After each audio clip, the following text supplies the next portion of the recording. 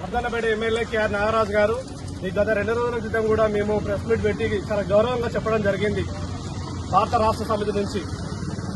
మరి అయ్యా నీకు నాగరాజు గారు మేము ఏ విధంగా మీకు తెలియజేయడం జరుగుతుంది, మీరు ఏ విధంగా ఒక ఐపీఎస్ ఆఫీసర్ అయినటువంటి డాక్టర్ ఆర్ఎస్ ప్రవీణ్ కుమార్ గారిని విమర్శించే స్థాయిని ఇది కాదయ్యా అని మేము అచ్చ తెలుగులోనే చెప్పినాం. మరి నీకు అర్థమైతుందా అర్థమైతలేదా? నువ్వు చదువుకున్న వ్యక్తివా నువ్వు చదువుకోకుండా వచ్చిన వ్యక్తివా నాకు అర్థమైతలేదు. మరి నువ్వు ఒక ఎస్ఐ నుండి నువ్వు ఒక సిపి దాకా ఎదిగినావు, ఆర్ఎస్ ప్రవీణ్ కుమార్ చేతి కిందనే పనిచేసినావు, ఆయన చేసిన సేవలు కూడా నీకు తెలుసు, ఆయన ఏమేమి విజయాలు సాధించిండో అన్న విషయం కూడా తెలుసు.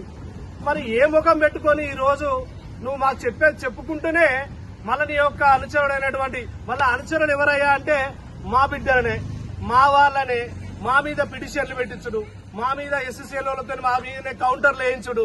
అంటే ప్రవీణ్ కుమార్ సార్ ఒక మాదిగ కులస్తుడు గనక, నువ్వు ఒక మాల కులస్తుడివి గనక నువ్వు ఇక్కడ కులాలుగా చేసి నువ్వు అక్కడ ఉన్నటువంటి సుబేదార్ నువ్వు మనోజ్ అనే తమ్ముని పేరు మీద జన్ను అనిల్ ఆలియాస్ చిట్టి పేరు మీద ఆయన ఒక మాదిగ సామాజిక వర్గాలతో కేసు పెట్టిస్తావు, డాక్టర్ల పెరుమల రామకృష్ణతో మాట్లాడిస్తావు, ఇక్కడ చూస్తేనేమో నీ ఐలోని మండల కేంద్రంలోనే ఎస్సీసీఎల్ నాయకులతో మాట్లాడిస్తావు. మా ఆర్ఎస్ ప్రవీణ్ కుమార్ గారి యొక్క బొమ్మను తగలబెట్టించేంత స్టేజ్ అనేది మనకి ఏమైనా కొంచెం సిగ్గు శరం ఉంటే నువ్వు ఏ విధంగానైతే బోకర్ మాటలు చెప్పి అక్కడ రేవంత్ రెడ్డి కాళ్ళు మొక్కినావో ఏళ్లు మొక్కినావో మొత్తానికైతే ఇక్కడ పనిచేసిన పక్క పెట్టి నువ్వు టికెట్ తెచ్చుకున్నావు. నీకు అక్కడ సిపి పదవి అయిపోయింది, వెంటనే నీకు టికెట్ వచ్చింది.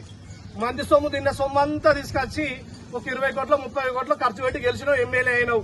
మరి నువ్వు ఏ విధమైనటువంటి మాటలు చెప్పి వర్ధన్నపేట ప్రజలకు నువ్వు ఏ విధంగానైతే హామీలు ఇచ్చినావో ఇంకా పనులు చేసే కాడ చూపించరాదు. నీకు తెలివేదో నువ్వు మహిళా సోదరులందరికీ నెల జీతభత్యంగా నెలకు 25,500 ఇస్తా అంటివి, ఇంకా 2,500 చేసే పని చేయి. మనకి ఏమాత్రం సిగ్గుశరం ఉన్నా 500 రూపాయలు బోనస్ గా ఇప్పిస్తా అంటే వరదానానికి గా పని చేసినాడు చూడరాదు. ఏ పని చేసుకుంటా ప్రభుత్వ హామీలు ఇంకా రైతు రుణమాఫీ రైతులను మొత్తం మోసం చేసిన దాకా నీ యొక్క సీఎం రేవంత్ రెడ్డిది. మరి నీకు ఏమాత్రం సిగ్గుశరం ఉన్నా కేఆర్ నాగరాజు నిన్నే నీకు ఏమాత్రం సిగ్గైనా శరమైనా ఉంటే నేను ఇంకా ఇంతకు మించి నేను అనాలైనా 100 మాటలు అనొచ్చు. నువ్వే విధంగా బతికొచ్చినావో మాకు తెలుసు.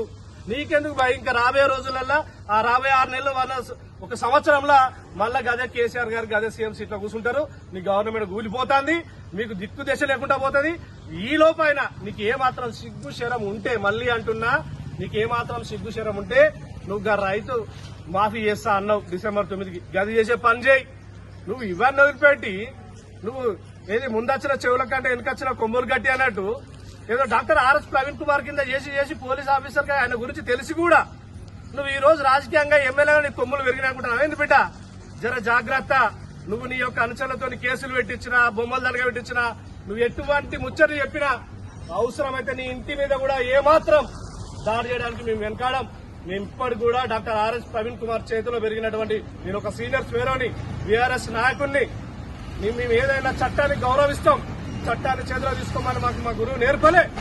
మరి నువ్వేం చేస్తున్నావు? ఒక పోలీస్ ఆఫీసర్ గా ఉండి నువ్వు చిన్న ఎంతో మంది రాజకీయ నాయకులు ఎన్నో రకాలుగా అనుకుంటారండి. అనుకున్న దాన్ని నువ్వు నీ పనులలో చేసి చూపించు, ఇది కాదు మాది ఇది అని చూపించు. అది పక్కన పెట్టి ఒక అంత మంచి ఆఫీసర్ పైన ఆయన స్వేరోలు గుండాలు స్వేరోలు రౌడీలు మనకి ఏమాత్రం నీకు మొన్న చెప్పిన నీకు ఏమాత్రం సిగ్గుశరం ఉంటే నువ్వు ఆ రౌడీలు ఎవరో గుండాలు ఎవరో చూపించు. లేకపోతే మూసుకొని ఆ వర్ధన్నపేట ఎమ్మెల్యే టికెట్కి భర్తనం చేసి పక్కకు కూర్చో. నీకంటే మంచి నాయకులు రేపు రాబోయే రోజుల్లో ఎన్నుకుంటారు. ఏదో గాలి ద్వారా వచ్చినట్టు నీకు గాలి వచ్చింది, నువ్వు ఈ రోజు ఎమ్మెల్యే అయినావు. నువ్వేదో 10 మంది సేవ చేసి రాలే, నువ్వేవో పథకాలు పెట్టి రాలే. నువ్వు ఆర్ఎస్ ప్రవీణ్ కుమార్ లాగా 1000 మంది 1,00,000 మందిని తయారు చేసిన వ్యక్తి కాదు. మంచి మార్గంలో నువ్వు తిప్పి కొడితే నీ వెనక తిరిగి చూడు, నీ వెనక ఒక్క మనిషి కూడా లేడు. అసలు నీ వ్యవస్థ ఎక్కడిది, నీ ఓటు ఎక్కడిది, నువ్వు ఎక్కడి నుంచి వచ్చినావు, ఏ విధంగా వచ్చినావు? నీకు మంచి మర్యాదగా చెప్పి ఏ రకంగా చెప్పినా కూడా అరే మన బిడ్డను మనం ఎందుకు అనుకోవాలి, పోనీకి తెలవక చేసి తెలుసుకుంటాడు అనుకుంటాను. నువ్వేం చేస్తున్నావు? మళ్ళా గిదే కులాలకెళ్ళి విడగొట్టి వీళ్ళతోనే మళ్ళా ముచ్చట్లు పెట్టించి బయట నువ్వు